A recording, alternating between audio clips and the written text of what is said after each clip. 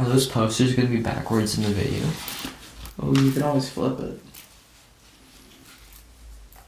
Flip the frame. Oh.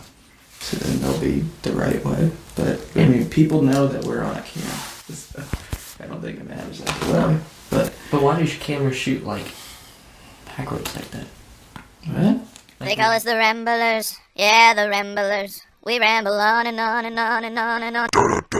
Did you have any expectations for this coming before the trailer released and you heard the... I was tentatively excited. Yeah, I really wanted it to be good, but I had my doubts. But the trailer, it looks promising. Yeah. I mean, going into it, like, I had my expectations. Joaquin Phoenix was a sure thing. He was the only one I could have really cast for that. And then they also cast Robert De Niro and Zazie Beetz. So going into it, we knew the performances were going to be good. And then found out that it was directed by the same guy that did the Hangover trilogy.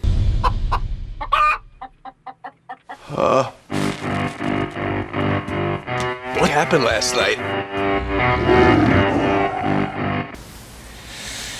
Yeah. When you hear that it's Todd Phillips directing the Joker, you're like, Okay. he can do a film. He can do a character study of one of the greatest villains of all time. Sure. Sure, yeah. That was a trigger big series. The same guy that directed a baby with glasses named Carlos, strapped to Zach Galifianakis. That's my Joker film. Yeah, that's hashtag my Joker. It doesn't feel at all like a superhero movie. No. And that's the best And thing. like, it feels very much like a film. Yeah. And particularly a Scorsese film, because isn't he like attached producing wise? I think he's an executive producer. So that. But I mean, he was also an executive producer on The Snowman, so that doesn't Take mean it with a shit grain of anymore. salt.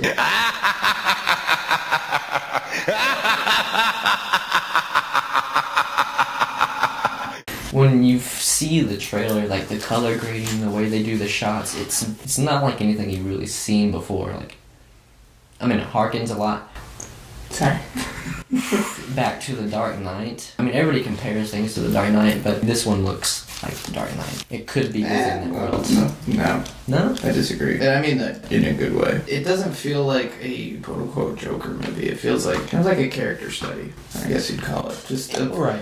It just looks like a very interesting movie about a guy who loses his mind. And like, we've seen parts of this before, but it seems very different. And I think they're doing a good job of setting it apart. Mhm. It doesn't feel like any of the Jokers we've seen before, kind of a weird amalgamation of them all. So the trailer starts off, and we're in like this psychiatrist's office, and he's talking to his therapist. She's like, "So, does it help to talk to people?" And he's just like, give you that smile, and oh my god, he gives you that look, and he's just like, "I'm about to fuck shit up. I mean, kill things and people Places and things. and places and things." But he looks great while doing it. And then we transition, Very and he's in his apartment or home, and he's like taking care of his mom, all Norman Bates style. That's gonna be like the one thing that keeps him in check, is his mother. Seems like at this point, like if she wasn't around, he'd already be insane. But Or her death is what drives him to finally lash out. I'm saying, like, she's the one constant good thing in his life that keeps him from just, Or she's the fuck one it. putting him down. We don't know. But he's like taking care of her and everything.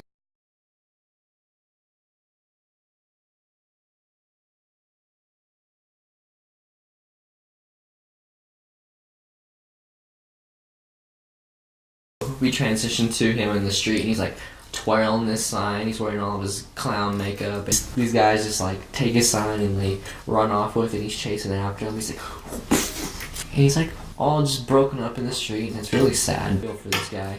I think that's actually one of the best divides for this rather than The Dark Knight. Because The Dark Knight, you're drawn to the Joker because he's charismatic, because, I mean, he fights with a purpose, like all this stuff. You don't really empathize or sympathize with him, but You love to watch. you love to watch what he does.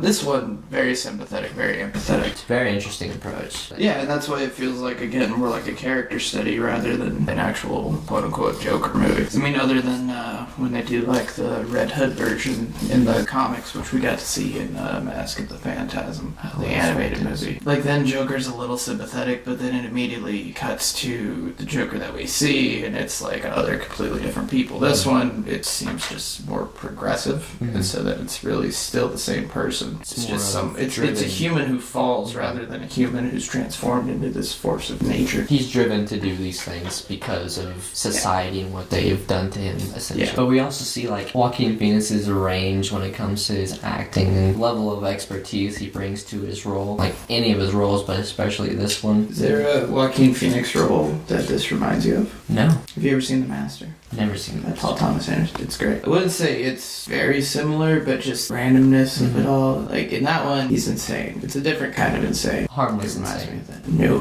Oh. The movie starts with him pretty much killing someone. Like he had sex with his aunt 3 times. It's a great movie.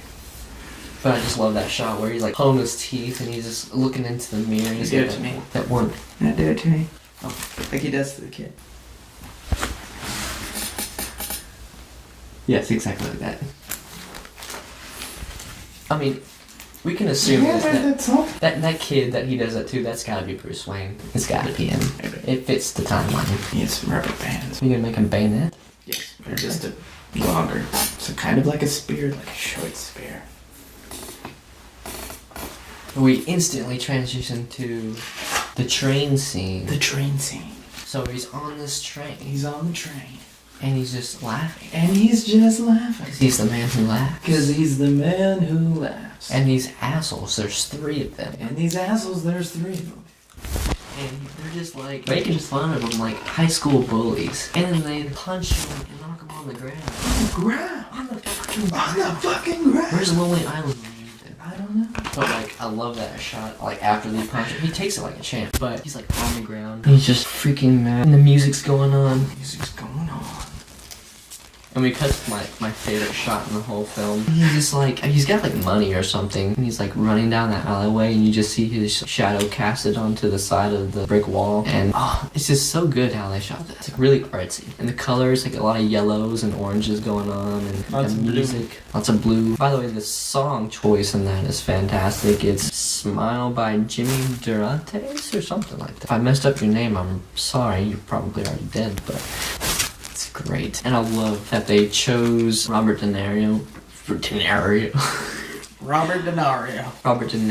for this specific role. I haven't seen King of Comedy yet, but a lot of people compare the direction of this film with that film because he's like, you know, he's a stand-up comedian trying to make it in the industry. The De Niro film? Mm-hmm. I haven't heard of it. Yeah, it's very good apparently. Like he kidnaps his manager or boss and tries to get a stand-up gig and yeah. And there. So it looks like De Niro's gonna take on that role, but the boss role, he's gonna switch it up. And he kind of like screws over Joaquin Phoenix. And we see that scene where it's like De Niro, he's like turning around, he's on his own show, and Joaquin Phoenix is dancing in the light. And I think on that scene, he's gonna do something horrible, whether it's to him or the crowd. Great. Not great.